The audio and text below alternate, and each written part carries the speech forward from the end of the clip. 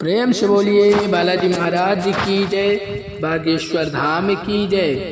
प्यारे भक्तों, आज मैं आप सभी को बताने जा रहा हूँ छींक का आना कब होता है शुभ और कब होता है अशुभ।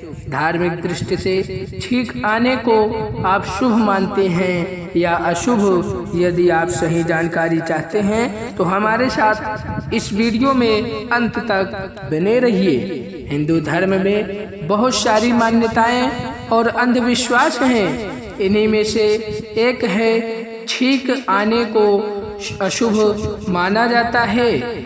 आमतौर पर देखा जाए तो छींक तो सभी को आती है, क्योंकि यह एक तरह से वैज्ञानिक प्रक्रिया का हिस्सा है। मगर छींक के आने से जुड़ी कई सारी मान्यताएं प्रचलित हैं। अमूमन लोग छींक के आने को अशुभ मानते हैं। खास तौर पर अगर आप कोई शुभ काम कर रहे हैं और उसी दौरान किसी को छींक आ जाए। ऐसा भी कहा जाता है कि किसी स्थान के लिए प्रस्थान करने से पूर्व यदि छींक आ जाए तो कुछ वक्त रुक कर और पानी पीकर ही आगे की ओर कदम बढ़ाएं। मगर क्या वाकई धार्मिक दृष्टि से छींक आने का व्यक्ति के जीवन पर कोई अच्छा या बुरा प्रभाव पड़ता है? यह बात जानने के लिए हमने भोपाल के निवासी ज्योतिषाचार्य एवं पंडित विनोद सोनी जी से बात किया। वह कहते हैं कि धार्मिक दृष्टि से छींक आने के शुभ और अशुभ दोनों परिणाम हो सकते हैं। हर बार छींक का आना बुरा संकेत नहीं होता है, कभी कभी इसे अच्छा संकेत भी माना जाता है। छींक का आना कब होता है अशुभ? आमतौर पर लोगों का मानना है कि घर से जब कोई व्यक्ति बाहर निकल रहा होता है तो उस व्यक्ति के मुख से अर्थात छींक आ जाए तो वह काम सिद्ध नहीं हो पाता है। मगर ऐसा तब होता है जब छींक केवल एक बार आती है।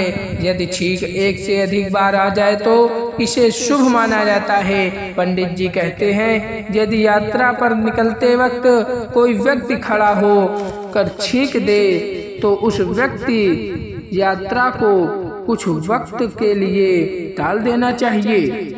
दूध को उबालते वक्त यदि आपको छींक आ जाए तो इससे भी आपको हानि पहुंचती है। सेहत के लिए तो यह खराब माना ही गया है। साथ ही इससे आपको पर्सनल लाइफ में भी बड़ा नुकसान पहुंचता है। छींक का आना कब होता है शुभ?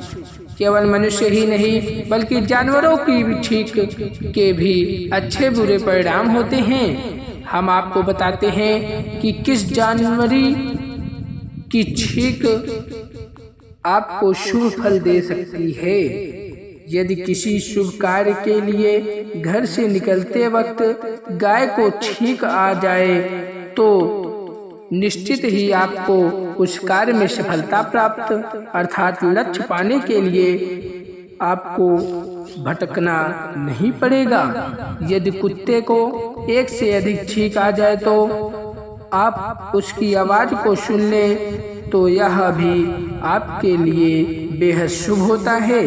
यदि आपको रास्ते में हाथी नजर आ जाए तो इसे बहुत ही शुभ माना गया है। वहीं यदि आपको हाथी की छींक सुनाई दे जाए तो यह और भी अच्छी बात होगी, क्योंकि इससे आपको खुद का विकास करने में मदद मिलेगी। यदि आप मार्ग पर जा रहे हों या फिर कोई आवश्यक कार्य कर रहे हों और पीछे से आपके छींक आ जाए तो भी वह बहुत ही उत्तम माना गया है। यदि आपको खुद को 2 से अधिक बार छींक आ जाए और आप किसी जरूरी कार्य के लिए घर से बाहर निकल रहे हों तो यह संकेत है कि आपके ऊपर आई कोई बला टल गई है। यदि आप किसी बीमारी से पीड़ित हैं और आपको दवा खाते वक्त छींक आ जाए तो माना जाता है कि आपको जल्द ही उस बीमारी से मुक्ति मिल जाएगी। किस दिशा में छींक के आने के क्या होते हैं फल? दक्षिण दिशा में बहुत ही शुभ माना गया है। शास्त्रों में इस दिशा को धन की देवी लक्ष्मी की दिशा बताया गया है।